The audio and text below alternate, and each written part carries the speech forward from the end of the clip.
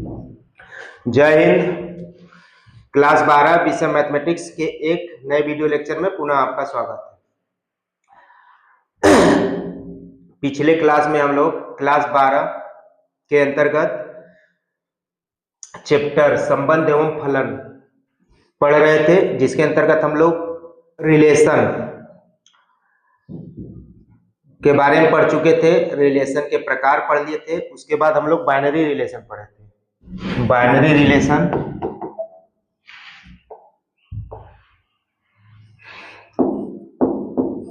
Relation पढ़ लिए थे। उसके बाद बाइनरी रिलेशन हम लोग क्या पढ़े थे? Reflexive relation, symmetric relation, transitive relation. हम बताए थे कि कोई भी फंक्शन, कोई भी रिलेशन किसी सेट ए पे, किसी स्वयं के सेट पे कोई भी रिलेशन को हम लोग बाइनरी रिलेशन कहते हैं। बाइनरी रिलेशन में हम लोग तीन टाइप के रिलेशन पढ़े थे: reflexive relation, symmetric relation, transitive relation, और भी था आइडेंटिटी रिलेशन, और एक था एंटी सिमेट्रिक रिलेशन। इतना हम लोग पढ़ चुके थे और कुछ एग्जाम्पल्स किए थे। रिफ्लेक्सिव रिलेशन पे भी किए थे, सिमेट्रिक रिलेशन पे भी किए थे, ट्रांजिटिव रिलेशन पे भी किए थे। और इतने पढ़ने के बाद हम लोग पढ़े थे इक्विवेलेंस रिलेशन। इक्विवेलेंस रिलेशन से जुड़े हुए कुछ हम एग्जाम्पल्स किए थे। देखिए, आज इसके आगे हम लोग पढ़ेंगे। उम्मीद है कि पिछला वीडियो लेक्चर्स को आप लोग ध्यान से देखे होंगे, समझे होंगे। अगर अच्छे से पढ़े हैं, ध्यान से समझे हैं, तो पक्का है कि आज के वीडियो पढ़ने में मजा आएगा और समझ में आएगा। नहीं तो अदरवाइज कुछ ना कुछ दिक्कत होती है। तो जब भी आप अगले वीडियो लेक्चर के लिए आइए या अगला वीडियो लेक्चर देखना है, तो पहले वीडियो लेक्चर को देखना पड़ेगा। और रिलेशन के वीडियो लेक्चर देखना है तो आपको सेट को भी पढ़ना पड़ेगा, क्योंकि सब एक दूसरे से कनेक्ट है। तो हम लोग आज इक्विवेलेंस रिलेशन के आगे पढ़ेंगे। चलिए स्टार्ट करते हैं। चलिए हम आज के लेक्चर हम लोग एग्जाम्पल्स के द्वारा ही स्टार्ट करते हैं, और एग्जाम्पल के माध्यम से पुरानी चीजों को फिर से हम लोग रिकॉल करेंगे। एक एग्जाम्पल ले लेते हैं पहले। जैसे सिंपल एग्जाम्पल लेते हैं। कोई सेट ए हो और सेट ए में हो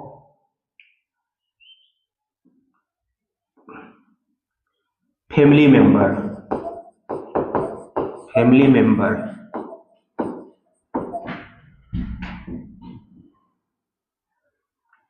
मतलब परिवार के सदस्यों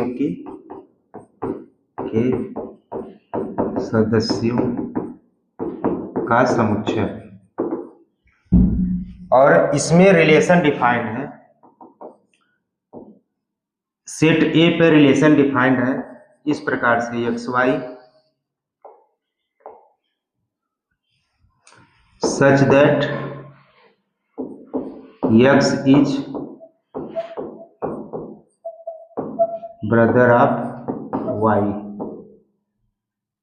x is brother of y। और x y कहां से लिए गए हैं? सेट ए से। तो आप इसको बताइए, सेट है ए मतलब परिवार के सदस्यों का समुच्चय है। आर में ऑर्डर पे टाइप एलिमेंट किस प्रकार से है कि यक्स वाई का भाई है, यक्स वाई का भाई है। तो आप इसको रिफ्लेक्सिव पहले चेक करिए। देखिए, फिर से हम बता दे रहे हैं, रिफ्लेक्सिव चेक करने के लिए ए के सभी अवयव इस रिलेशन में स्वयं से कनेक्ट हो। तो आप बताओ, अगर y की जगह x कर दे तभी तो हम रिफ्लेक्सिव को बता पाएंगे। तो y की जगह x करने पे यहां क्या बनेगा? x is brother of x। तो कोई स्वयं का भाई होता है? संभव ही नहीं। अगर भाई है तो दूसरा होगा ना। तो यहां आप लिखेंगे, चूंकि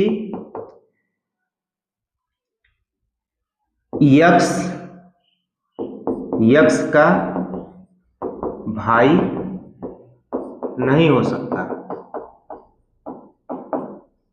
इसलिए for all x belonging to A, x does not belonging to R।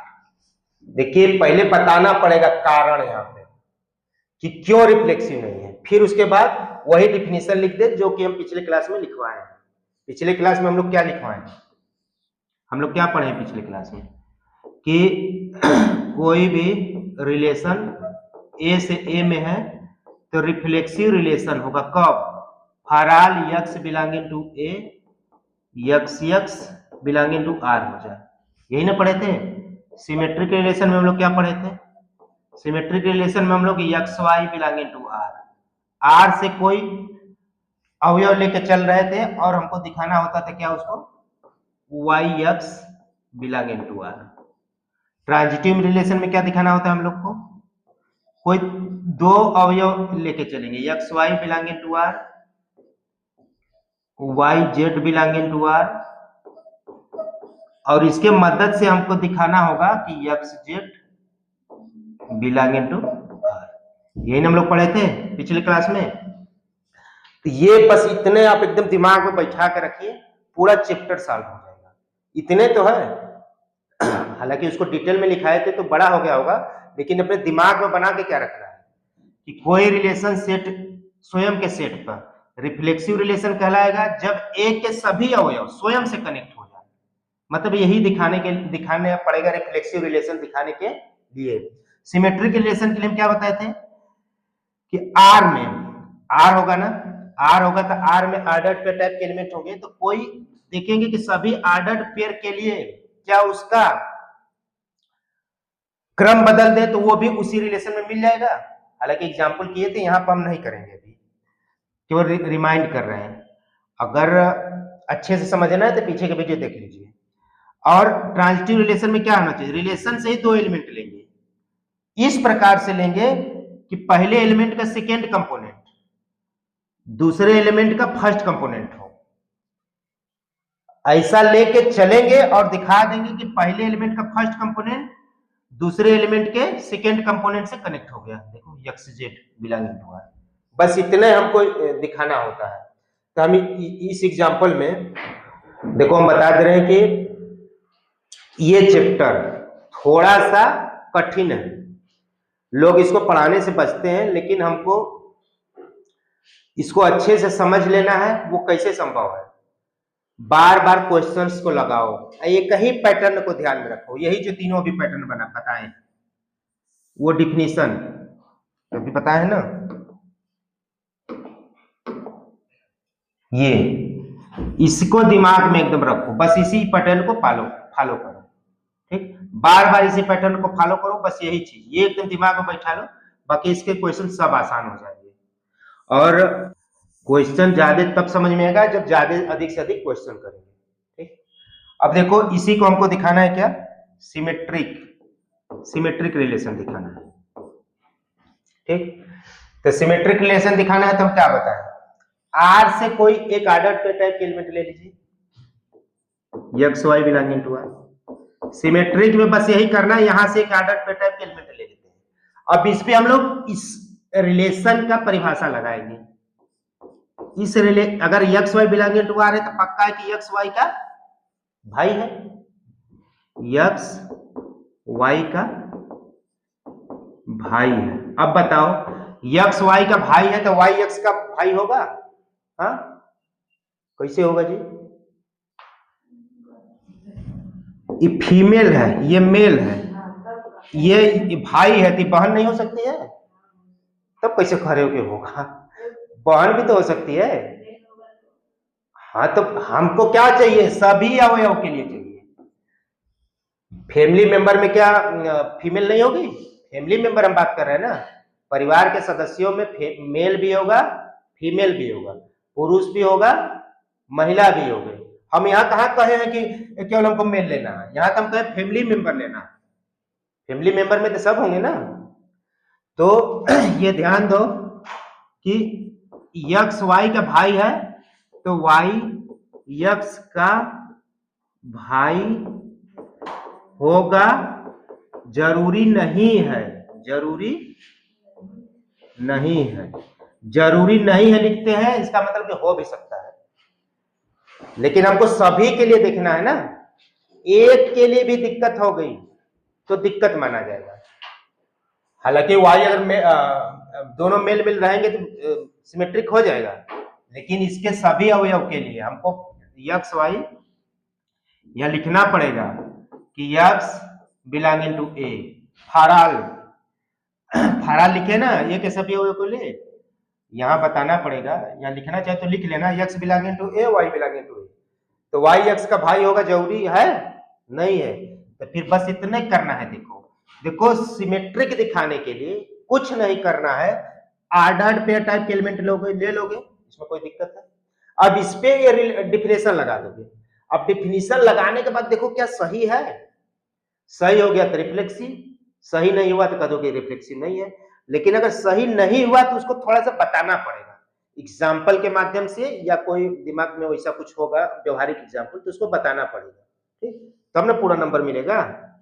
तो वाई एक्स का भाई होगा जरूरी नहीं है, इसका मतलब कि y x does not belonging to r, x y r से संबंधित नहीं है, तो इसका मतलब कि ये क्या है, रिफ्लेक्सिव रिलेशन नहीं है। और अच्छे से लिखोगे, अर्थात संबंध आर समुच्चय ए पर, संबंध किस पे डिफाइंड होता है, समुच्चय पे, तो संबंध आर समुच्चय ए पर सममित नहीं है। सममित का मतलब सिमेट्रिक नहीं है। ओके, ट्रांजिटिव रिलेशन हम देखो 60 में लिख रहे हैं, तुम 60 में मत लिखना, लिख देना संक्रामक संबंध, संक्रामक संबंध, ठीक।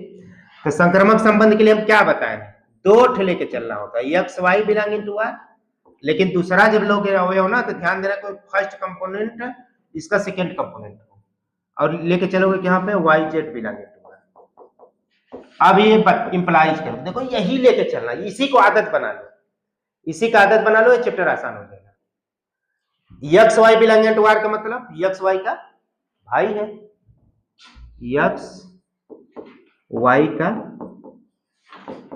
भाई है, comma y z belonging to are का मतलब वाई जेड का भाई है, वाई जेड का भाई है। यहां देखने में कोई दिक्कत नहीं है यहां तक।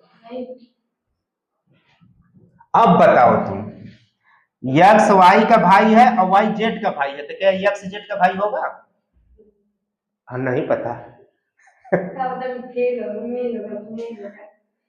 अच्छा देखो, यक्स वाई का भाई है तो ये तो पक्का है कि मेल होगा भाई, ये मेल फीमेल कुछ भी हो सकता है।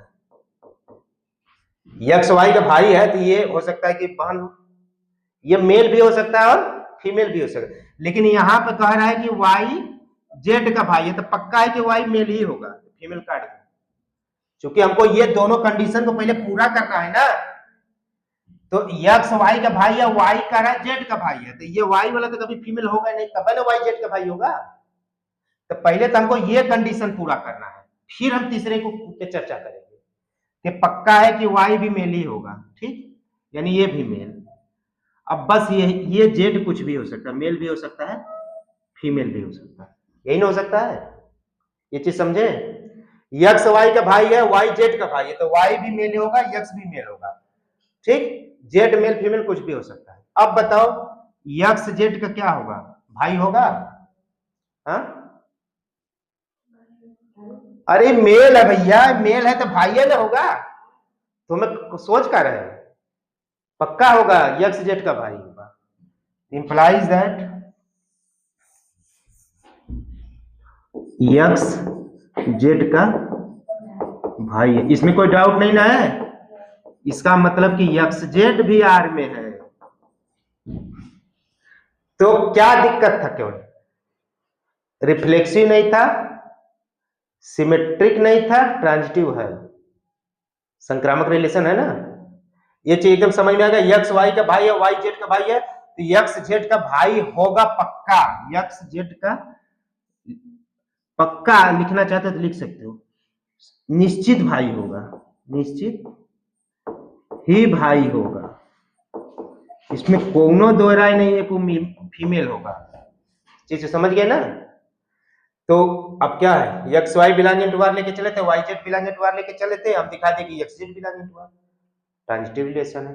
तब लिखोगे अर्थात संबंध आर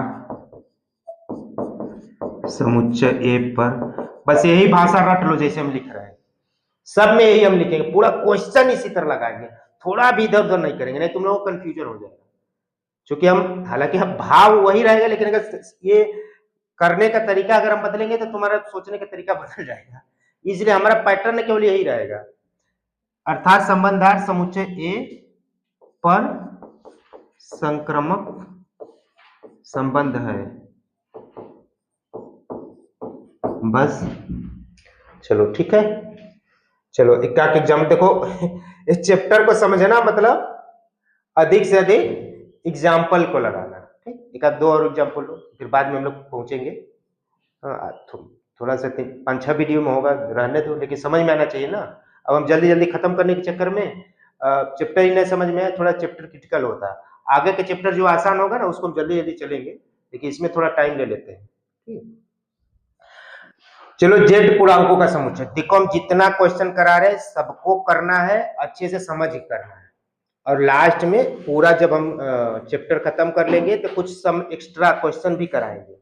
तो सब क्वेश्चन के लिए तैयार रहना, एकदम इतना दिमाग में इसको भर लेना है कि ऑब्जेक्टिव क्वेश्चन इससे संबंधित आए, सटाक दे मार के चले।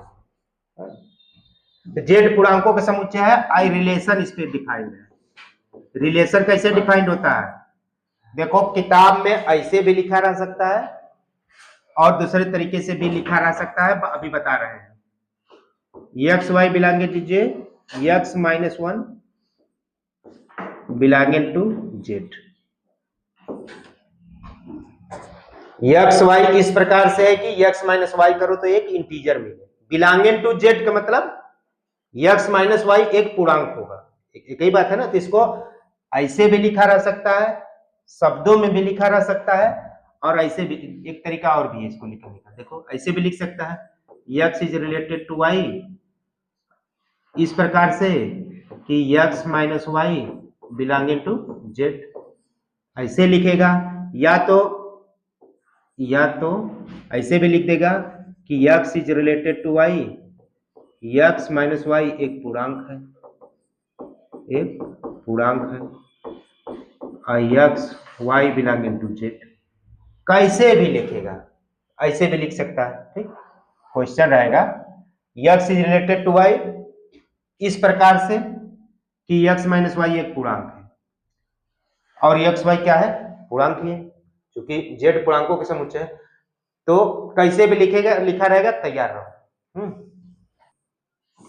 अब इसको हमको दिखाना है कि ये इक्विवेलेंस रिलेशन है। क्या दिखाना है हमको? दिखाना है कि संबंध आर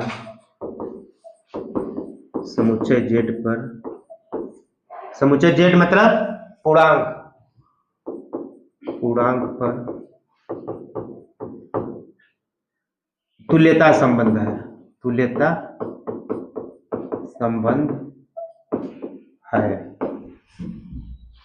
जेड पूर्णांकों का समुच्चय है, आर सेट जेड पे इस प्रकार से डिफाइंड है। तो हमको दिखाना है कि संबंध आर समुच्चय जेड पर तुल्यता संबंध है। तो क्या क्या दिखाना पड़ेगा? अगर तुल्यता संबंध कह दिया कि दिखाओ, तुम्हारी परीक्षा में आया है, ठीक। तो तुल्यता संबंध के लिए क्या दिखाना पड़ेगा? पहले रिफ्लेक्सिव स्वतुल्य संबंध, तो लिखोगे पहले स्वतुल्य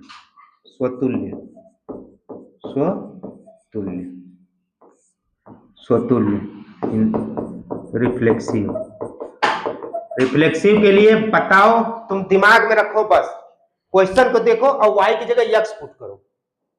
तो y की जगह x करोगे तो यहां भी y की जगह x हो जाएगा ना। तो x माइनस x बराबर 0, एक पूर्णांक है ना। कोई भी x ले लो, सेट से जेड से कोई भी अवयव ले लो, यानी कोई भी x ले लो, स्वयं से घटाओगे तो पूर्णांक देगा ही ना। तो यहां लिखोगे चूंकि for all x belonging to z x minus x बराबर 0, belonging to z, belonging to z लिखो या लिखो कि x माइनस एक्स बराबर 0 एक पूर्णांक है, ऐसे भी लिख सकते हो। ठीक, तो अगर शब्दों में लिखना हो तो फॉर ऑल x, इसको लिखो सब मतलब समझ जाना, for all x belonging to z x minus x बराबर 0 एक पूर्णांक है। बिलोंगिंग टू जे अगर न अच्छा लगे तो लिख देना कि x माइनस एक्स बराबर 0 एक पूर्णांक है, इसको हटा देना, x माइनस एक्स बराबर 0 एक पूर्णांक है। तो जो अच्छा लगे वो लिख दो, हमको तो वही अच्छा लगता है, ज्यादा नहीं लिखना होता। ठीक, अर्थात for all x belonging to z x belonging to r, हो गया रिफ्लेक्सिव। जेड के सभी अवयवों के लिए x belonging to r relation में है। ठीक, चूंकि x रिलेशन में कब होता, जब x माइनस एक्स बराबर करो और वो आ जाए क्या पूर्णांक, तो आ ही नहीं जाएगा जी। तो यहां लिखोगे अतः संबंध R समुच्चय Z पर स्वतुल्य संबंध है, स्वतुल्य संबंध है। देखो एक ही चीज बार बार कर रहे हैं ना। अब देखो सममित, सममित संबंध, सममित, सममित मतलब सिमेट्रिक, सिमेट्रिक रिलेशन। क्या हम कहा है सिमेट्रिक रिलेशन में, एक्स वाई आर में से लेके चलोगे, यही ना बता रहे हैं। यहाँ क्या लिखोगे, कुछ मत लिखो, यहाँ लिखो मतलब कुछ लिखो, x y belonging to r, यही करना है ना। इसको रट लो कि हमको सिमेट्रिक दिखाने के लिए एक्स वाई बिलोंग आर में से कोई एक अवयव ले लेंगे, ये आर का ही अवयव है ना। अब इसे परिभाषा लगाओ, परिभाषा क्या कह रहा है कि एक्स माइनस वाई एक पूर्णांक है, एक पूर्णांक है, यही ना कह रहा है। एक्स माइनस वाई मतलब एक्स वाई आर में है, इसका मतलब एक्स माइनस वाई एक पूर्णांक है, बिलोंगिंग टू जेड का मतलब एक पूर्णांक है। अब बताओ एक्स माइनस वाई एक पूर्णांक है तो उस पर माइनस चिन्ह लगा दोगे तो भी तो पूर्णांक रहेगा। तो यहां लिख दोगे कि माइनस एक्स माइनस वाई भी एक पूर्णांक है, भी एक पूर्णांक है। इसका मतलब क्या है, ये वाई माइनस एक्स एक पूर्णांक है, एक पूर्णांक है। एकदम ऐसा ही लिखोगे, 5 में 5 नंबर मिलेगा। अब बताओ यहां था x माइनस वाई तो एक्स वाई, अब y माइनस एक्स हो जाएगा तो वाई एक्स हो जाएगा। यहाँ y माइनस एक्स एक पूर्णांक है, इसका मतलब y x belonging to r. X y belonging to r लेके चले थे, दिखा दिए y x belonging to are, तो फिर क्या कहोगे, रिलेशन आर समुच्चय जेड पर सिमेट्रिक रिलेशन है।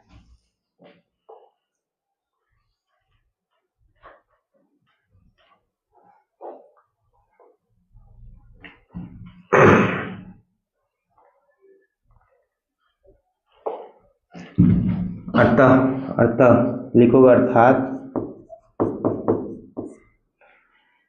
संबंध आर समुच्चय जेड पर या पूर्णांकों के समुच्चय पर, कैसे भी लिखो, संबंध आर पूर्णांकों के समुच्चय पर, पूर्णांकों के समुच्चय पर क्या है, सममित है, सममित है। अब क्या दिखाना पड़ेगा, संक्रामक संबंध, संक्रामक संबंध, टीआर दिखाना पड़ेगा। क्या दिखाना पड़ेगा, टीआर, टीआर को थोड़ा इधर से लिखो, क्या दिखाना पड़ेगा, संक्रामक संबंध।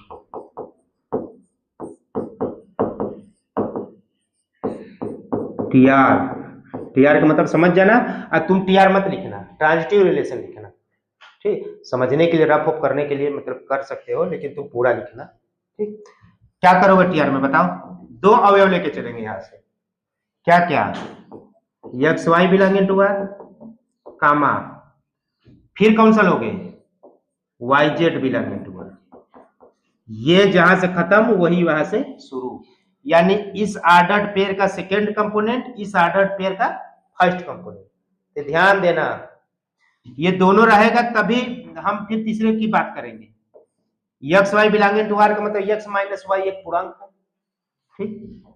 एक्स माइनस वाई 60 में लिख दें, एक्स माइनस वाई एक पूरा लिखो, एक पूर्णांक है, comma y z belonging to are का मतलब वाई माइनस जेड एक पूर्णांक है। अब ये बताओ, हम यहां से थोड़ा कर रहे हैं, थोड़ा तुमको कोई दिक्कत ना हो तो इसी की लाइन में रहो, थोड़ा अच्छा लगता है देखने में, ठीक। एक्स माइनस वाई एक पूर्णांक है, वाई माइनस जेड एक पूर्णांक है, तो दोनों को जोड़ दोगे तो भी तो पूर्णांक रहेगा। तो x minus y plus y minus z भी एक पूर्णांक होगा, भी एक पूर्णांक होगा, ठीक। अब y से y काट दो, ये क्या हो जाएगी, x माइनस जेड एक पूर्णांक है।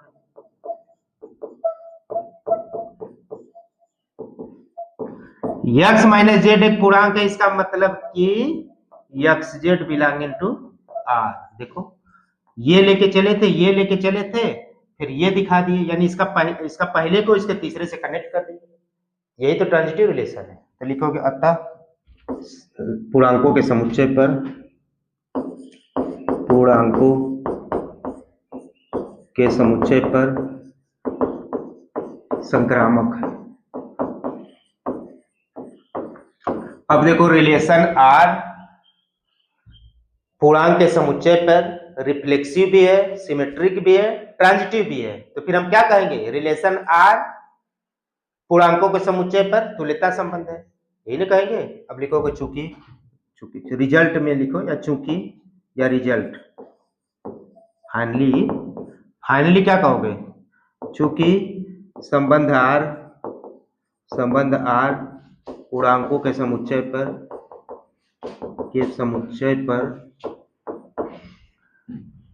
स्वतुल्य, सममित तथा संक्रामक, तीनों एक साथ है, अतः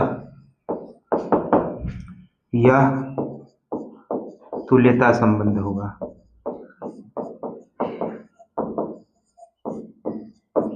यह तुल्यता संबंध होगा, मतलब relation r on set of integer is an equivalence relation, ठीक। अब ये हम जो लिखे वही सही नहीं है, तुम अपने तरीके से लिख दोगे, since relation r on set of integer r reflexive, symmetric and transitive, so relation r on set of integer is an equivalence relation, कैसे भी लिख सकते हो, ठीक। अब देखो, हम लोग शायद किताब के एग्जाम्पल लगाते हैं, ठीक, और उसके बाद इका और करेंगे, फिर इक्विवेलेंस क्लास पढ़ेंगे, आज के लेक्चर खत्म करेंगे, फिर कल से प्रश्नावली के सवाल लगाएंगे, ठीक। इक्विवेलेंस क्लास को समझना ज्यादा इंपॉर्टेंट है। इक्विवेलेंस क्लास अगर समझ गए तो मतलब सेट आ गया, अरे सॉरी रिलेशन आ गया, तो उसको आज हम इसीलिए बड़ा धीरे धीरे बता रहे हैं, क्योंकि ये जितना दिमाग में बैठा रहेगा उतना इक्विवेलेंस क्लास समझ में आएगा। देखो अब कुछ एग्जांपल्स करते हैं, देख लो, मान लीजिए कि टी, मान लो नहीं है, मान लीजिए कि टी किसी समतल में स्थित समस्त त्रिभुजों का एक समुच्चय है, समुच्चय टी में आर संबंधित है, T1 T2 मतलब दो ट्रेंगल इस प्रकार से कनेक्ट है एक दूसरे से कि एक दूसरे के सर्वांगसम है, तो इसको दिखाना है कि ये तुल्यता संबंध है। तो देखो हम अपनी भाषा में रहेंगे, मतलब अपने तरीके में करेंगे इसको सॉल्व। हल दिया क्या पहले लिख लो, टी क्या दिया है,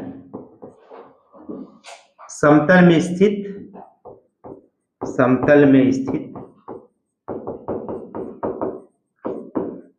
सभी त्रिभुजों का समुच्चय, सभी त्रिभुजों का समुच्चय, मतलब त्रिभुज सब प्रकार के हैं, समकोण त्रिभुज, न्यून कोण त्रिभुज, अधिक कोण त्रिभुज, समबाहु त्रिभुज, विषम बाहु त्रिभुज, सब प्रकार के त्रिभुज है, पूरा सेट ही है त्रिभुज का। ठीक, और संबंध जो है इस सेट पे डिफाइंड है इस प्रकार से, मतलब सेट मतलब त्रिभुज के दो ट्रायंगल इस प्रकार से है कि वे दोनों सर्वांगसम है। इस प्रकार है कि T1 T2 के सर्वांगसम है, सर्वांगसम है। तो हमको दिखाना है पहले स्वतुल्य संबंध। स्वतुल्य संबंध, स्वतुल्य संबंध के लिए बताओ, चाहे T का कोई भी अवयव ले लो, यानी कोई भी त्रिभुज ले लो, तो हर त्रिभुज अपने स्वयं के सर्वांगसम होता है। प्रत्येक त्रिभुज स्वयं के सर्वांगसम होगा ना। तो यहां लिखोगे चूंकि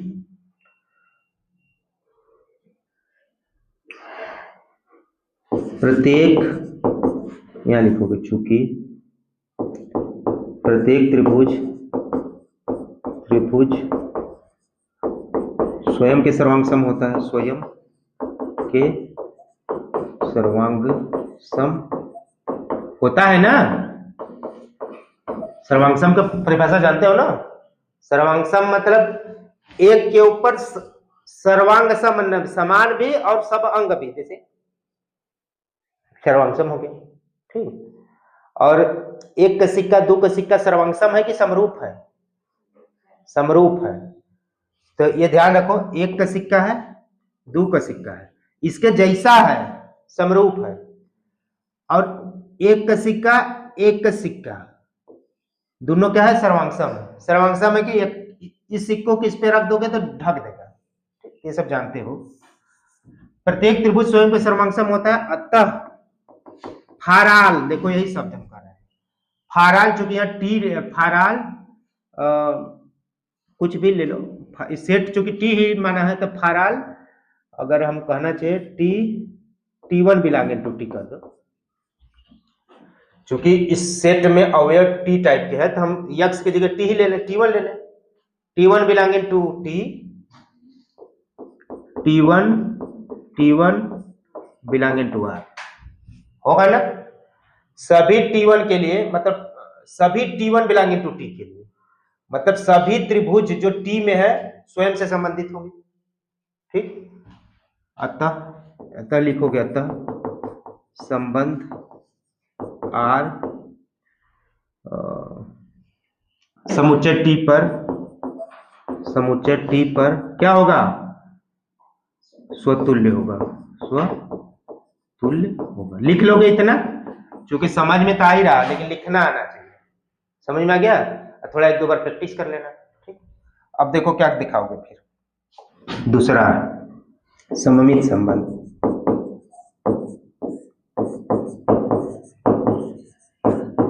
सममित संबंध में हम तुमको क्या बताएं? T1 T2 ऐसा लिखोगे, T1 बिलोंगिंग टू T2 के लिए, T1 T2 belonging to T, ये दोनों कहां से लोगे? सेट से ही तो लोगे ना। T1 T2 belonging to T2 के लिए, यहाँ थोड़ा लिख लेना, अवयव को बताना पड़ेगा ना T1 T2 कहां से लिए गए हैं। T1 T2 बिलोंगिंग टू के लिए T1 T2 belonging to R अगर है तो इसका मतलब क्या कह रहा है? T1 T2 R में है तो इसका मतलब T1 T2 के सर्वांगसम, T1 T2 के सर्वांगसम है। T1 T2 के सर्वांगसम है तो T2 T1 के नहीं होगा? T2 T1 के सर्वांगसम है, होगा ना। इसका मतलब T2 T1 belonging to R, T1 T2 belonging to R लेके चले थे, T2 T1 belonging to R कर दिए ना। आसान है ना। अर्थात संबंध कौन सा था? T नहीं, संबंध आर समुच्चय टी पर क्या है? सममित संबंध है। जानते तो हो उसको लिखना कैसे, बाकी आसान है कि नहीं जी? देखने में तो तुरंत लग रहा है कि अरे ये तो है सर्वांगसम, तो वो ऑब्जेक्टिव में काम करेगा कि देखने में लगे तो टिक मार दो, ठीक है। लेकिन जब हम बोर्ड के एग्जाम देने जा रहे थे इस तरह लिखोगे तब पूरा नंबर मिलेगा। हाँ, ऐसा नहीं कहो हाँ हाँ ये तो क्लियर है सर्वंग इतना से नहीं काम चलेगा, उसको लिखो, लिखने आना चाहिए। अब फिर क्या रह गया, संक्रामक संबंध।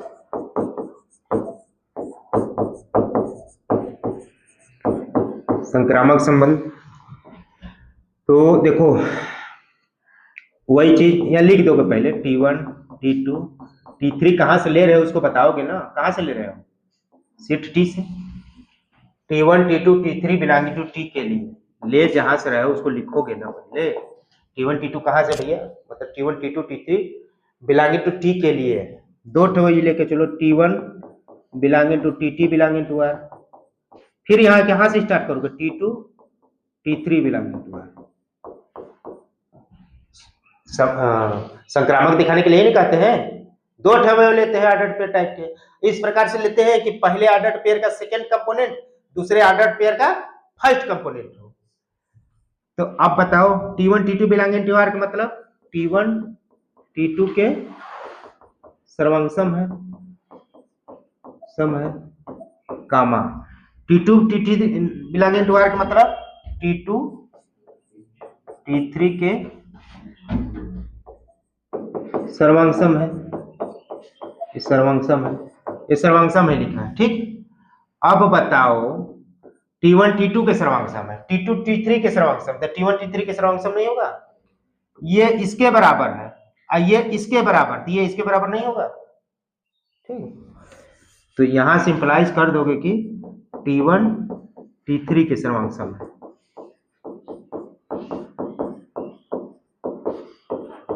इसका मतलब क्या है, T1 T3 belonging to R, ये लेके चले थे, दिखा दिए, ये पहले को तीसरे से कनेक्ट कर दिए, अतः संबंध R समुच्चय T पर क्या है, संक्रामक संबंध है, संक्रामक संबंध, ठीक है। रिजल्ट क्या लिखोगे, रिजल्ट क्या लिखोगे, रिजल्ट में लिखो चूंकि संबंध R समुच्चय T पर स्वतुल्य कामा सममित तथा संक्रामक तीनों ही है, अतः संबंध R समुच्चय T पर तुल्यता संबंध है, ठीक। सिद्ध कीजिए कि समुच्चय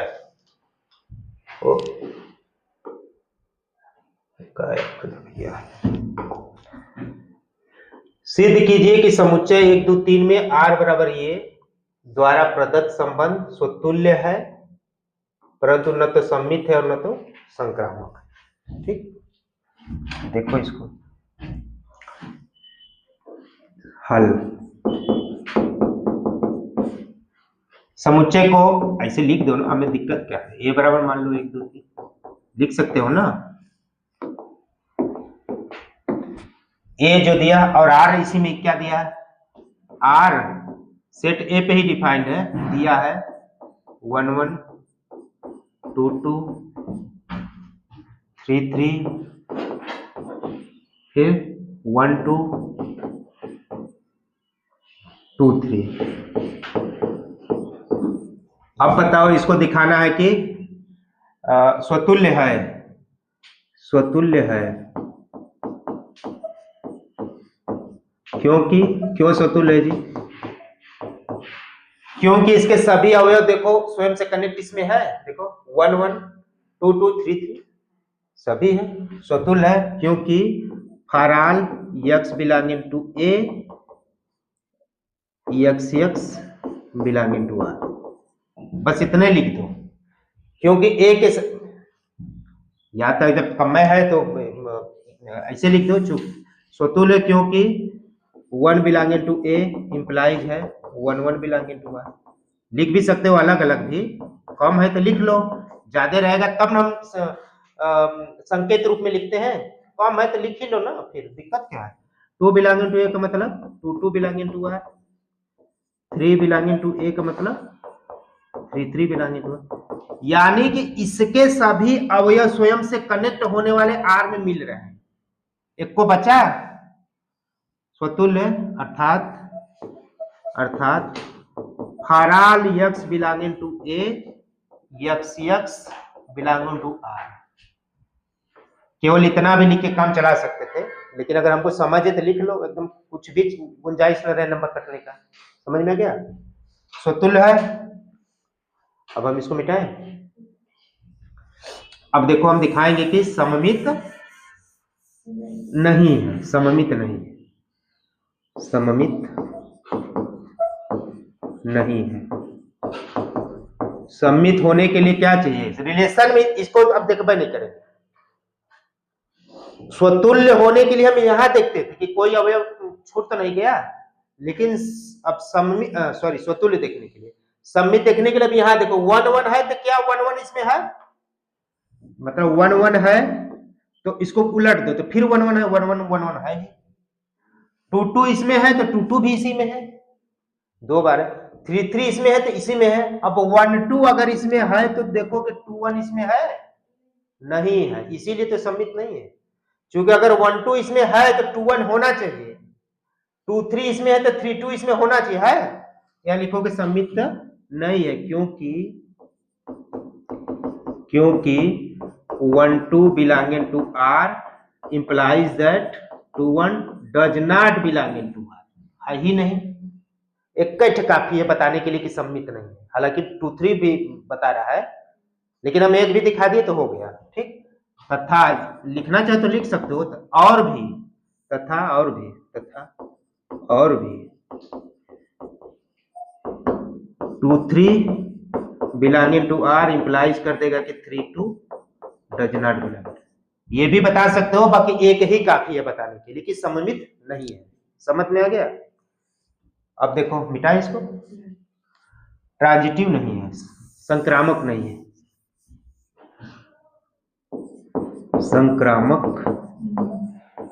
संक्रामक है होता है ना जी, ये संक्रमक होता है कि संक्रामक? अरे हमको तो बड़ा अजीब लग रहा है जी। अच्छा, संक्रामक बीमारी है, मतलब संक्रमक हम ट्रांजिटिव जाने, बस इसलिए अच्छा लग रहा है ट्रांजिटिव। संक्रमण, हाँ संक्रमण, संक्रामक नहीं है तो संक्रामक नहीं है तो 2 अवयव लो, इस प्रकार से लो कि एक अवयव का दूसरा कंपोनेंट दूसरे अवयव के पहले कंपोनेंट से कनेक्ट हो, पहले मिले। अगर ऐसा मिलेगा तब देखो 1 2 नहीं है, क्योंकि 1 2 बिलोंगिंग टू आर है और 2 3 बिलोंगिंग टू आर है, ये है 1 2 बिलोंगिंग टू आर, 2 3 बिलोंगिंग, ये तो है, लेकिन क्या 1 3 इसमें है? जब नहीं है तो कहोगे संक्रामक नहीं है, लेकिन ये इंप्लाइज कर रहा है कि 1 3 does not belonging to R. क्योंकि 1 2 2 3 तो पहले तो यहां मिलना चाहिए, 1 2 2 3 मिल गया, अगर 1 2 2 3 मिल गया तो हमको 1 3 भी इसमें होना चाहिए, अगर नहीं है तो कह दो कि संक्रामक नहीं है। क्योंकि 1 2 belonging to R, 2 3 belonging to R implies कर रहा है कि 1 3 does not belonging to are, तो बस हो गया, संक्रामक नहीं है, क्योंकि ये बस यही दिखाना था ना। आ रहा जी समझ में? पढ़ के आई हो कल का, तब कहां से आएगा, कम आएगा।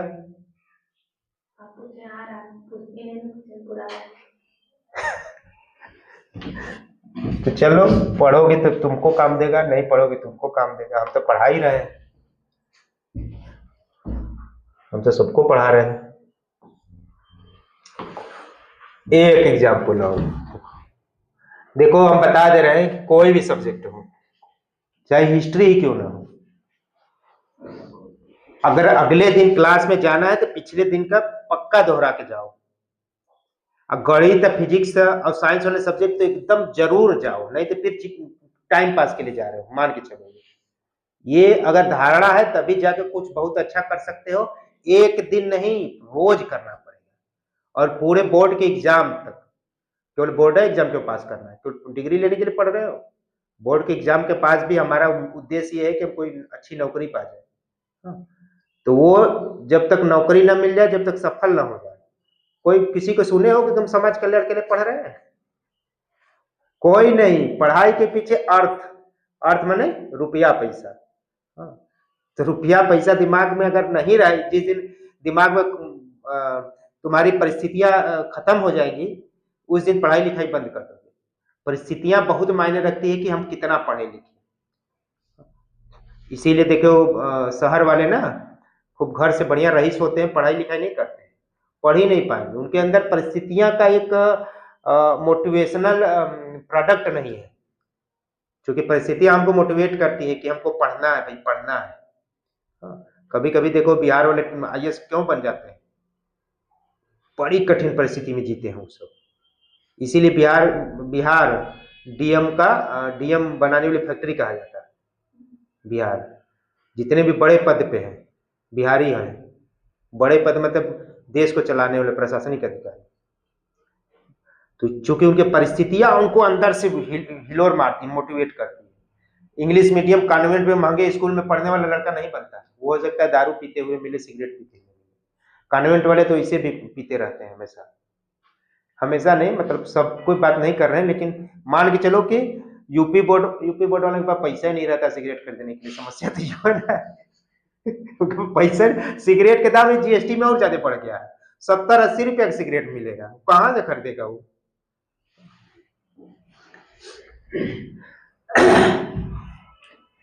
मान लीजिए कि समुच्चय ए बराबर देखो क्या दिया है, 6 7, R दिया है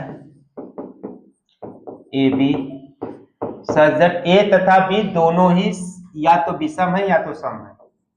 A तथा B दोनों ही या तो सम है या तो विषम है।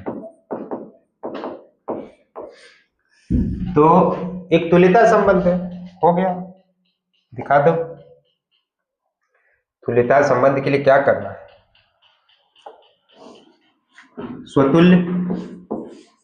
स्वतुल्य संबंध।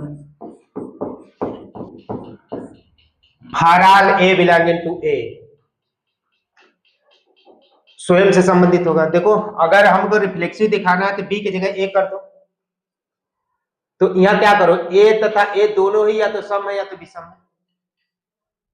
अगर एक जगह 1 रख दोगे तो यहाँ मान लो 2 लेते हो, तो यहाँ 2, तो 2 सम तो है ही। अगर मान लो A विषम ले लेते हो, लेना इसी में से है। लेना कहां से? इसी में से। तो B की जगह A, मतलब दोनों बराबर ले लो, तो बराबर लोगे या तो दोनों 2 होगा या तो दोनों A होगा। तो यह क्या कर रहा है, या तो सम या तो विषम, यानी कोई ना कोई कंडीशन फॉलो हो जाएगा। ठीक, यानी स्वतुल्य है। क्या लिखो? स्वतुल्य संबंध। चूंकि A तथा A या तो सम है या तो सम है या तो विषम है। चूंकि यहां लिख देना A बिलोंगिंग टू A के लिए, A बिलोंगिंग टू A के लिए A तथा A या तो सम है या तो विषम। हम ये कहां से लिख रहे हैं? अपने मन से नहीं लिख रहे हैं, यही के नकल कर रहे हैं। ऐसे मत सोचना कि कैसे हम लिखेंगे, अरे बस यही तो हम लिख रहे हैं। B की जगह ये लिख रहे हैं, A तथा A दोनों या तो सम है या तो विषम है। और A कहां से लिए गए? A से लिए गए। इसका मतलब ये मत सोचना कि हम ये कैसे लिखे, अरे यही का नकल कर लो, B की जगह 1 लिख लो बस। ठीक, इसका मतलब for all A belonging to A is related to R। A तथा A या तो सम है या तो विषम है, सही है ना? A कहां से लिए गए? सेट A से। तो मान लो सम लेते हो तो सम कहीं तो रहा सम होगा, सम मान लो नहीं लिए, विषम लिए तो वो कह रहा है, दोनों छूट दिया है। तो for all A belonging to A belonging to R, अतः संबंध R समुच्चय A पर क्या है? स्वतुल्य है। अच्छा, अब सममित संबंध। बताओ बताओ क्या करोगे? A B belonging to R, R में लेंगे ना। ए बी बिलोंगिंग, पहले लिखोगे ए बी कहां से लिए गए हैं? A B belonging to A के लिए, चूंकि A B belonging to R implies क्या कर रहे हैं? ए क्या लिखोगे? ए तथा बी या तो सम है या तो विषम है, यही नहीं लिखा है? देखो A B belonging to are का मतलब ए तथा बी दोनों ही या तो सम है या तो विषम है। ठीक,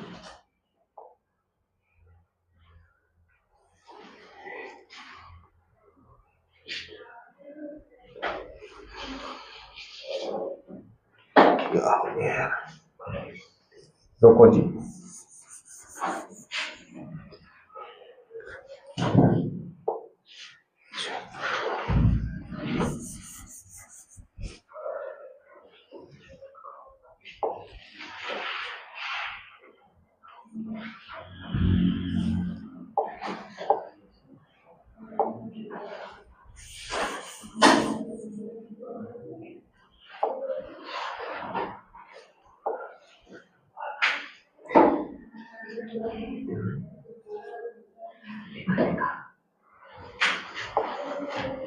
ए बी बिलोंगिंग टू आर का मतलब ए तथा बी या तो सम है या तो विषम है। इसको ऐसे भी तो लिख सकते हो, बी तथा ए या तो सम है या तो विषम है। ठीक, इसका मतलब B A belonging to R, अतः संबंध आर समुच्चय ए पर सममित है। एक कई चीज बार बार तक कर रहे हैं जी, अब तो रटा गया होगा। संक्रामक संबंध, संक्रामक संबंध,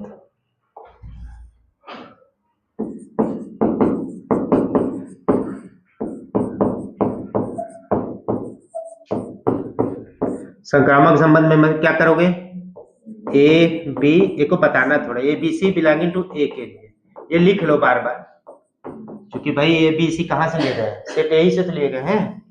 तो A B belonging to R, B C belonging to R, इसका मतलब क्या है?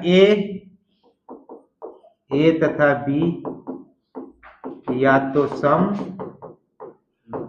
या तो विषम, कामा बी तथा सी, बी तथा सी या तो सम या तो विषम। इसका मतलब क्या है जी? ए तथा सी भी वही होगा, ए तथा सी या तो सम या तो विषम। इसका मतलब ए सी बिलोंगिंग टू आर।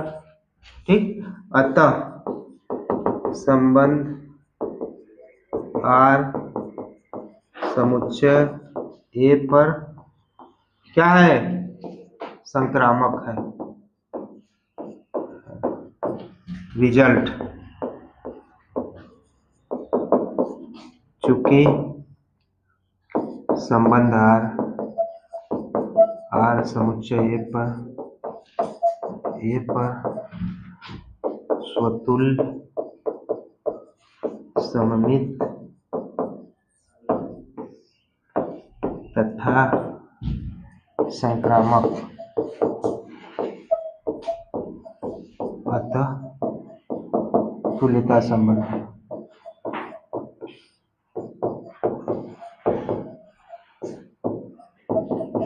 ठीक, अब चलो देखो, इतना पढ़ लिए तो हम लोग पढ़ेंगे इक्विवेलेंस क्लास। तुल्यता वर्ग, संबंध नहीं, तुल्यता वर्ग। पहले डिफिनीशन लिखेंगे, फिर जब हम डिफिनीशन लिखेंगे तो समझ में नहीं आएगा, जब उस पर एग्जाम्पल करेंगे तब जाके समझ में आएगा। तो पहले डिफिनीशन को एकदम बढ़िया से लिखो, बार बार देखो, फिर उससे जब क्वेश्चन उससे रिलेट करके करेंगे तब वो समझ में आ जाएगा। तो पहले डिफिनीशन लिख लो, तुल्यता वर्ग इक्विवेलेंस क्लास। अगर एक व्यवहारिक तरीके से समुच्चय को अलग अलग भागों में डिस्टिंक्ट तरीके से बांट देना ही तुल्यता वर्ग कहलाता है। अगर हम, हाँ पहले इसे व्यवहारिक समझ लो। मान लो स्कूल है, स्कूल है, स्कूल में कक्षा 1, कक्षा 2, कक्षा 3, कक्षा 4, कक्षा 5, 6 तक। स्कूल में 6 तक पढ़ाई होती है। तो स्कूल में कितने बच्चे होंगे? बच्चे होंगे। स्कूल को 6 क्लास में बांट दिया गया है। 6 क्लास, वही तो पढ़ रहे हैं, इक्विवेलेंस क्लास। स्कूल सेट है, समुच्चय है, समुच्चय को 6 क्लास में बांट दिया गया। लेकिन अब ये बताओ, इस क्लास का विद्यार्थी इस क्लास का विद्यार्थी हो सकता है? एक में पढ़ रहे थे, 2 में कैसे पढ़ेगा? यानी कि जो इसमें होंगे वो इसमें नहीं होंगे, जो इसमें होंगे वो इसमें नहीं। 2 का 3 में होगा। सब क्लास एकदम अलग अलग होगा, डिस्टिंक्ट होगा एक दूसरे से। समझ में आ गया? यानी कि इस सेट को, स्कूल वाला सेट को 6 अलग अलग क्लास में बांट देना क्या कहलाता है? तुल्यता वर्ग कहलाता है। बस यही हम सेट पर पढ़ेंगे। वास्तव में क्या है, अगर इस क्लास के इस क्लास का अगर हम इंटरसेक्शन करें तो क्या आएगा? फाई आएगा। क्योंकि इसका कोई भी बच्चा इसमें होगा। क्लास सोच लो ना, कक्षा 1 में पढ़ने वाला कक्षा 2 में कैसे हो सकता है? नहीं ना हो सकता। तो कक्षा 1 में जो है वो कक्षा 2 में नहीं होगा, जो कक्षा 2 में है वो कक्षा 1 में नहीं होगा। तो यही हमको पढ़ना है तुल्यता वर्ग। पूरे क्लास को, अब देखो मान लो 12 तक क्लास चल रहा है, मान लो स्कूल है, अब 6 तक नहीं 8 तक चल रहा है। तो इस स्कूल, अब 8 तक वाले स्कूल को 8 वर्ग में बांट दिया गया है। ठीक, और सभी वर्ग में अलग अलग अवयव होंगे, डिस्टिंक्ट एलिमेंट्स होंगे। डिस्टिंक्ट एलिमेंट का मतलब समझ रहे हो? जो 4 में है वो 5 में नहीं होगा। मतलब 4 वाला एकदम अलग, 5 वाला एकदम अलग। अब कक्षा 12 तक का स्कूल रहे तो, अगर मान लो कक्षा 12 तक का स्कूल, 12 तक का स्कूल रहे, तब 8, 9, 10, 11, 12, इस सेट को 12 क्लास में बांट दिए। बस वही सेट को हम क्लास में बांटना सीखेंगे, उसको पहले लिखेंगे, फिर उस पर एग्जाम्पल करेंगे। बस एक स्कूल वाला दिमाग में रखो कि स्कूल कक्षा 12 तक का है तो उसको 12 क्लास में बांटते हैं। क्लास मतलब कक्षा, वर्ग में बांटते हैं। 6 तक का है तो 6 वर्ग में बांटते हैं। लेकिन प्रत्येक वर्ग में यानी प्रत्येक क्लास में एकदम डिस्टिंक्ट अवयव होते हैं। डिस्टिंक्ट अवयव का मतलब यह होता है कि इसका विद्यार्थी इसमें नहीं होगा। यानी कि कक्षा 3 मतलब क्लास 3 और क्लास 11 का अगर हम इंटरसेक्शन करें तो क्या आएगा? 5। समझ में गया? हाँ ठीक, बस इसको समझो, यही है तुल्यता वर्ग। ऐसा कुछ नहीं। अब वो सेट को इतने छोटे छोटे सेट में बांटेंगे कि प्रत्येक सेट एकदम एक दूसरे से अलग हो, तो वही उस सेट का क्या कहलाएगा? तुल्यता वर्ग कहलाएगा। अब देखो इसको करते हैं। हाँ, लेकिन इक्विवेलेंस क्लास किसी सेट का तभी बनेगा किसी रिलेशन पर, जब वो रिलेशन उस सेट पर इक्विवेलेंस रिलेशन हो। पहले तो ये कंडीशन होना चाहिए, लिखो पहले तब समझ में। यदि ए कोई समुच्चय हो तथा आर कोई संबंध, पहले लिख लो, एग्जाम्पल करा देंगे तो पक्का गारंटी कि ये समझ में आ जाएगा। तो शुरू में मत घबराना, लास्ट तक इसको देखोगे तब समझ में आएगा। थोड़ा सा मतलब हट के है, लास्ट में दिया तुम्हारे एनसीईआरटी के बुक में, एकदम लास्ट में दिया है। तब आज हम तुल्यता वर्ग बनाना सिखा देंगे, बस लास्ट तक बने रहो। यदि ए कोई समुच्चय हो तो कोई संबंध आर समुच्चय ए पर, यदि ये कोई समुच्चय है तथा कोई संबंध R समुच्चय A पर तुल्यता संबंध है, तुल्यता संबंध है तो A के सभी अवयवों का इक्विवेलेंस क्लास बनाया जा सकता है। तो A के सभी अवयवों का तुल्यता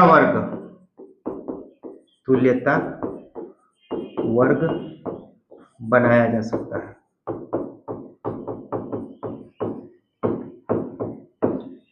कैसे बनाया जाएगा और कैसे उसको डिनोट करेंगे अभी लिख रहे हैं, ठीक। यदि A सेट A का कोई अवयव है, A बिलोंगिंग टू A, इसका मतलब क्या है, A समुच्चय A का कोई अवयव है। तो पहले तो जानो को सेट A के अवयव का हम लोग तुल्यता वर्ग बनाते हैं तो उसका नाम कैसे रखेंगे, ठीक। A बिलोंगिंग टू, यदि A बिलोंगिंग टू A तो A के तुल्यता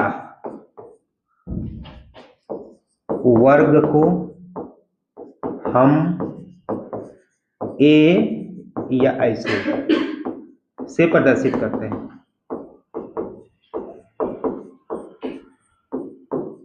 पहले तो ये सीखे, पहले तो ये जाने कि कोई सेट A हो और कोई रिलेशन R हो। सेट A पे वो रिलेशन कैसा हो, तुल्यता संबंध हो। तो समुच्चय A के तो A के सभी अवयवों का, A के सभी अवयव का तुल्यता वर्ग बनाया जा सकता है। अब तुल्यता वर्ग, अगर मान लो A सेट A का एक अवयव है तो उसके तुल्यता वर्ग को पहले लिखेंगे कैसे, A के ऊपर ऐसे लगा देंगे या ऐसे बैंड कर देंगे, और इसको हम निकालेंगे कैसे। अब तो हम क्या कह रहे हैं कि A के सभी अवयव को हम लोग तुल्यता वर्ग निकाल लेंगे। तब निकालोगे कैसे, उसको परिभाषित कैसे करोगे, ठीक। ऐसे प्रदर्शित करते हैं तथा इस प्रकार परिभाषित करते हैं। भाषित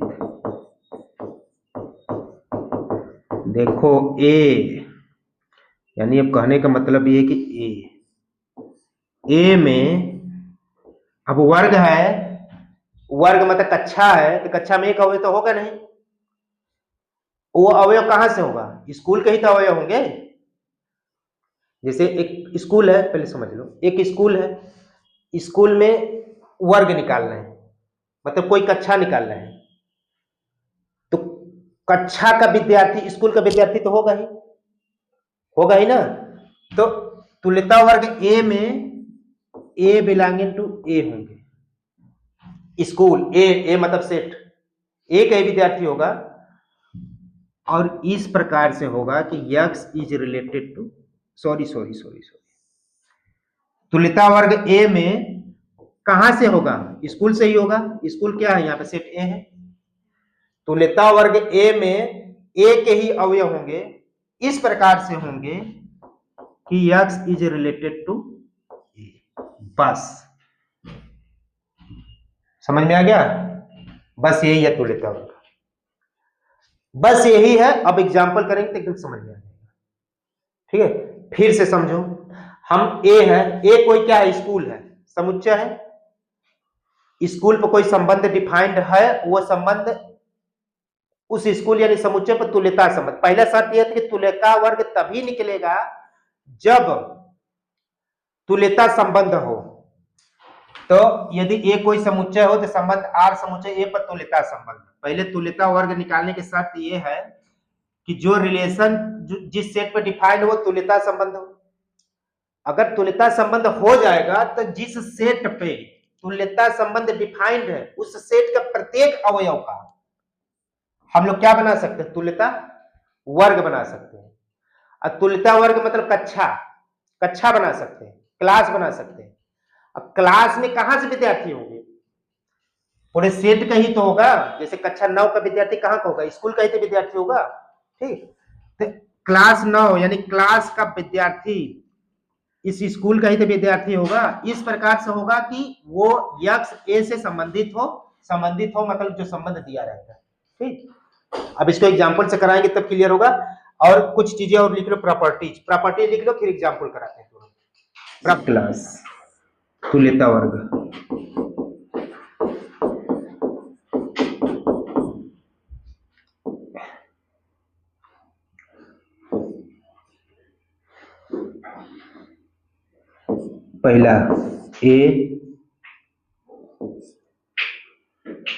पहला ए नॉट इक्वल टू 5,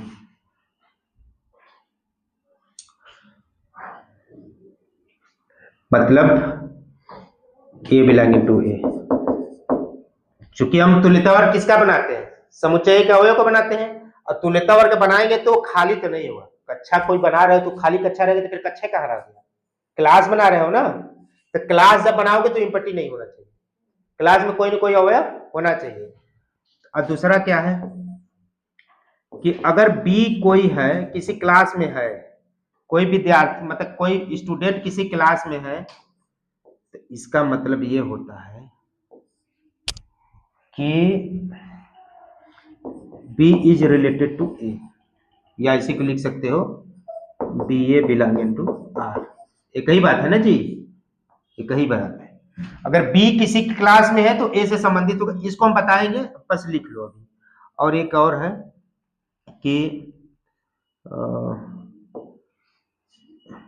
बी बराबर ए है, दो क्लास अगर बराबर है तो ये बताएगा कि ए is related to be.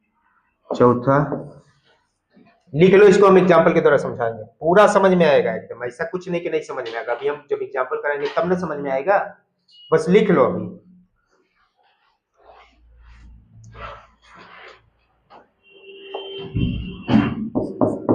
To equivalence class, अरे दो तुल्यता वर्ग या तो बराबर होंगे या तो डिसजॉइंट असंयुक्त होंगे,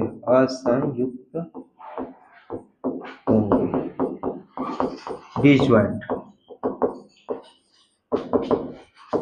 अर्थात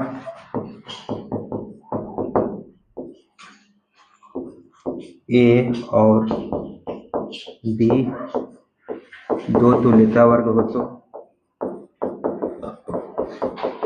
हो तो या तो ए बराबर बी या तो ए इंटरसेक्शन बी बराबर 5। दो तुल्यता वर्ग या तो बराबर होंगे या तो असंयुक्त होंगे, मतलब डिसजॉइंट होंगे। इसका मतलब अर्थात ए और बी दो तुल्यता वर्ग हो तो ए या तो ए बराबर बी होगा या तो ए इंटरसेक्शन बी बराबर 5 होगा। समझ में आ गया? चलो एग्जाम्पल करो तब समझ। अभी नहीं समझ में आया होगा, हमें मालूम है, लेकिन अब एग्जाम्पल करेंगे, सबको समझाएंगे इसको, ठीक है? मिटा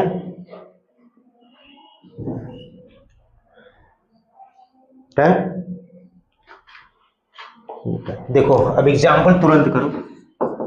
पहले तो एक सेट लो, अब एक रिलेशन लो, उस रिलेशन को सेट पे इक्विवेलेंस रिलेशन दिखा लो। पहले तो ये दिखाना पड़ेगा ना। ए मान लो सेट ऑफ इंटीजर, ए क्या है? पूर्णांकों का समुच्चय है, पूर्णांकों का समुच्चय है, ठीक। रिलेशन आर क्या है? इस पे रिलेशन आर क्या है? X y such that 4 divides x minus y, 4 x minus y को विभाजित करता है। यह कल हम क्वेश्चन इसको बताए थे ना, आज हम 60 में बताएंगे।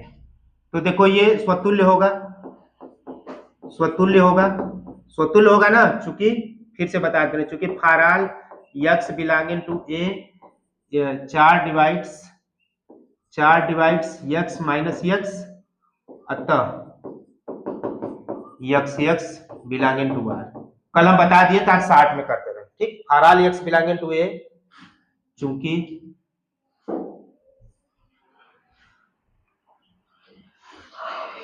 चूंकि 4 डिवाइड एक्स माइनस एक्स लिखोगे सत्य है अतः एक्स बिलोंगिंग टू आर स्वतुल्य होगा। कल हम 60 में बता रहे हैं, क्योंकि कल हम इसको कराए थे, याद है तुम लोग को। सममित के लिए क्या है, x y belonging to R, इसका मतलब कि 4 डिवाइड्स एक्स माइनस वाई, ये इंप्लाइज करेगा कि 4 डिवाइड्स वाई माइनस एक्स, कल कराए थे इसलिए हम 60 में जा रहे हैं। ठीक, इसका मतलब क्या है, y x belonging to R सममित है, संक्रामक। कल हम कराए थे x y belonging to R comma y z belonging to R, इसका मतलब 4 divides x minus y comma 4 divides y minus z, ये इंप्लाइज क्या करेगा, 4 डिवाइड्स एक्स माइनस जेड, इसका मतलब x z belonging to are.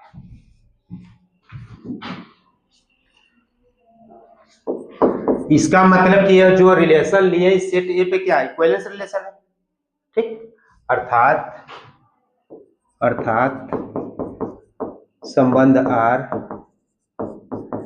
समुच्चय ए पर तुल्यता संबंध है, तुल्यता संबंध।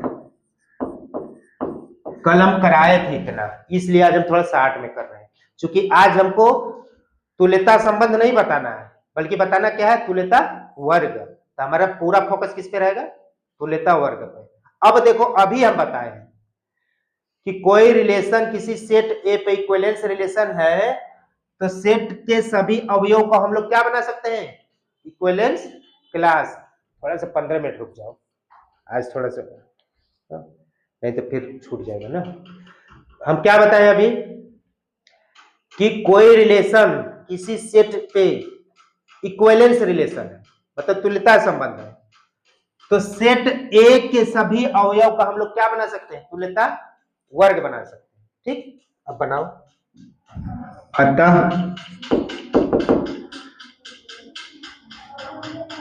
समुच्चय ए के प्रत्येक अवयव का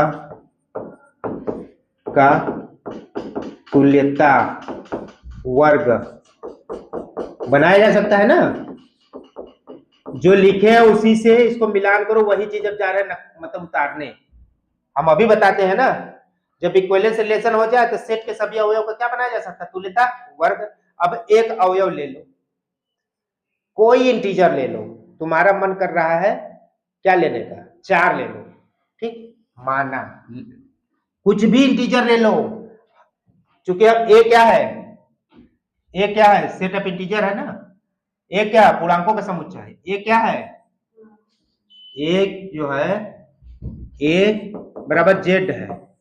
जेड कुछ भी ले लो, हम कहें सभी का बनाया जा सकता है, 4 ले लो, 4 नहीं 0 ले लो, क्या ले, 0 ले लो। 0 का हमको क्या बनाना है, इक्विवेलेंस क्लास, तो उसका नाम दोगे ना जी, इसको बनाओगे सजाओगे ना। 0 का मतलब यही ना, इक्विवेलेंस क्लास।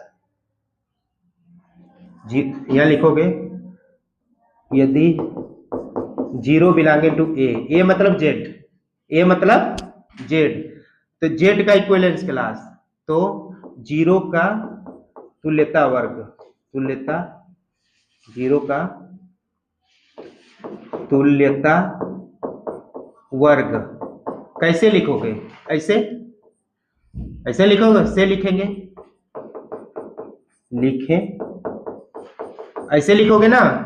ये होगा क्या, अब यही हमको जानना है। देखो वास्तव में क्या होगा, अब यहां लिख रहे हैं 0। हम क्या बताएं,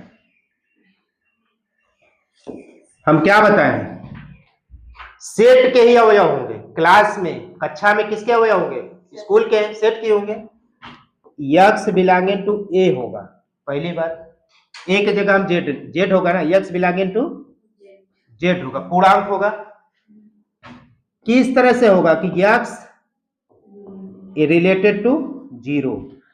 तो इसका मतलब क्या है आप बताओ। इसका मतलब यह है कि एक्स वे पूर्णांक जो x माइनस 0 को विभाजित करते हैं। इसका मतलब यही ना, x 0 से कब संबंधित होगा, देखो x y से कब संबंधित है, जब 4x माइनस वाई को विभाजित करते हैं।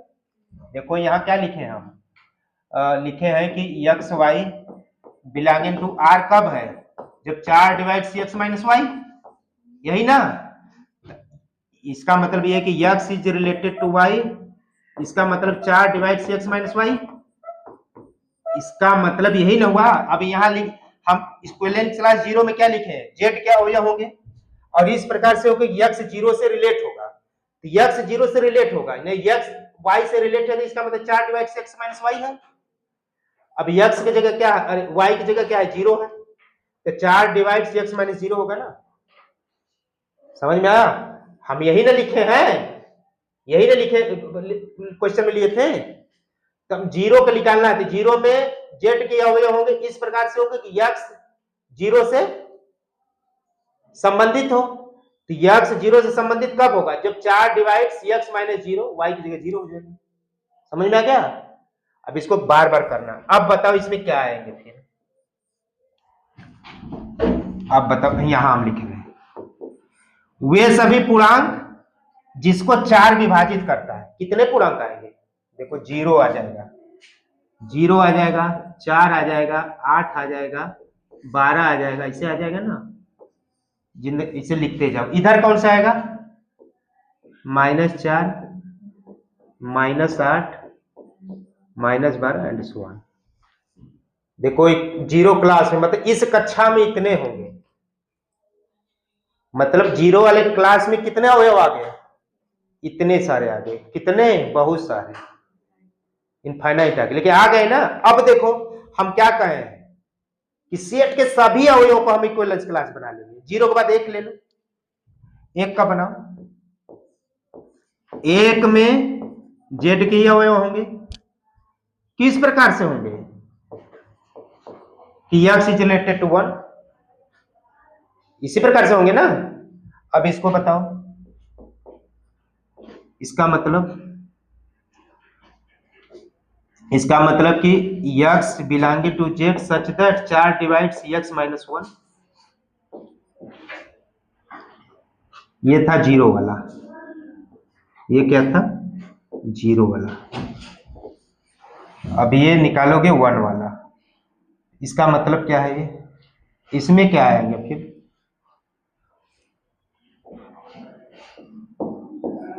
अब इसमें देखो x के जगह वे जेड आएंगे जो मतलब जो जिससे कि 4 उसको विभाजित कर जाए। यहाँ क्या आएगा, 5 आएगा, 9 आएगा, देखो यानी इसमें आएगा पहला तो 1 आ जाएगा, 1 आएगा, 5 आएगा, 9 आएगा, 13 आएगा, इधर क्या आएगा, -3, -7, -11, देखो यही आएगा, ध्यान से देखो। x की जगह 1 रखोगे तो 4 0 के विभाजित कर देगा, x की जगह 5 रखोगे तो 5 - 1 4 विभाजित कर देगा, -3 रखोगे x की जगह तो -3 -1 4 विभाजित कर देगा, सब आ जाएंगे ना। यानी 1 में क्या आ गया, 1 में आ गया, 1 में आ गया, फिर से यहाँ लिख दे रहे हैं हम लोग, 1 में आ गया 1, 5, 9, 13, इधर -3, -7, 1 में ये आया था, 0 में ये आया था। अब बताओ 2 को बनाओ। अब तो हम 2 का डायरेक्ट लिखेंगे, 2 का क्या हो जाएगा, x belonging to j such that x is related to 2। अब यहां जब निकालोगे 2 का ना, तब हम डायरेक्ट लिख दे रहे हैं, 2 में आएगा, यहाँ 1 की जगह 2 हो जाएगा, देखो 2, 6, 10, 14, ऐसे ऐसे आएगा। वही फार्मूला अपनाना, वो आ जाएगा। यहाँ पे -2, -6, -10 आएगा ना जी। करना कल फिर से कराएंगे इसको, एक दूसरा क्वेश्चन, ठीक, यही आएगा। इसी तरह 3 का निकालो, 3 का निकालो तो x belonging to G such that x R3, ये 3 का आएगा। देखो 3 का जब करोगे ना तो यहाँ आ जाएगा, 3 का करोगे तो यहाँ तो 3 आएगा। पहली बात 3, 7, 11, 15, ऐसे -1, -5, -9, ये आ जाएगा। 4 का करो, कहोगे कितना हम कर रहेंगे, करो, करोगे तब समझ में आएगा। यहां अगर हम 4 का निकाल दें, अब देखो यहां आ जाएगा 4, यहां आ जाएगा 0, यहां आ जाएगा 8, यहां आ जाएगा 12, यहां आ जाएगा -4, यहां आ जाएगा -8, यहां आ जाएगा -12। अब देखो ये फिर से क्या मिल गया, 0 मिल गया। देखो यही तो 0 आया था, देखो 4 फिर से 0 आ गया। अब बस मतलब पूरे इंटीजर को 4 क्लास में बांटा गया, इसके अलावा कोई भी इंटीजर ले लो इसी चट में से आएगा। देख लो, कोई भी इंटीजर बना के देख लेना, -1 लाख ले लेना, 1 लाख 1 ले लेना, ये 4 में आएंगे। बनाने की कोशिश करना, अभी बनाना सीख लेना तो प्रॉपर्टी कल समझाने में मजा आएगा। अभी हम पूछ रहे हैं 5 निकालो, 5 निकालो तो 5 1 के बराबर आएगा। निकाल के देख लेना। 6 निकालना 2 के बराबर आएगा, 7 निकालना 3 के बराबर आएगा, 8 निकालना 4 के बराबर आएगा। अब तुम कह रहे हो 1001 निकालना, ये किसके बराबर आएगा, 1 किसके बराबर आएगा, 1 के बराबर फिर से आएगा। आप कहोगे ये कैसे हो रहा है, बस ये करना कि इस संख्या में से इस संख्या को घटाना, 4 विभाजित कर देगा। 1000 में से 1 घटाओगे तो 1000 को 4 विभाजित कर देगा। तो इस प्रकार ये इक्विवेलेंस क्लास उस इक्विवेलेंस के क्लास के बराबर होगा जिससे कि इन दोनों का अंतर 4 से विभाजित हो जाए। समझ में आएगा। कल के कोई पूछ दे -3000 किसके बराबर होगा, अब ये तुम कल बताना। आज देखो हम लोग इक्विवेलेंस क्लास बनाना सीखे हैं, उम्मीद है कि समझ में आया होगा। आ जाएगा, थोड़ा सा अपने से 1-2 बार करना कि वास्तव में हम कह क्या रहे हैं। फिर जैसे ही जब समझ जाना तब प्रॉपर्टीज ऑफ इक्विवेलेंस रिलेशन को इसी एग्जांपल के माध्यम से रिलेट करा के उसको समझा देंगे। आज के लिए इतना ही, धन्यवाद।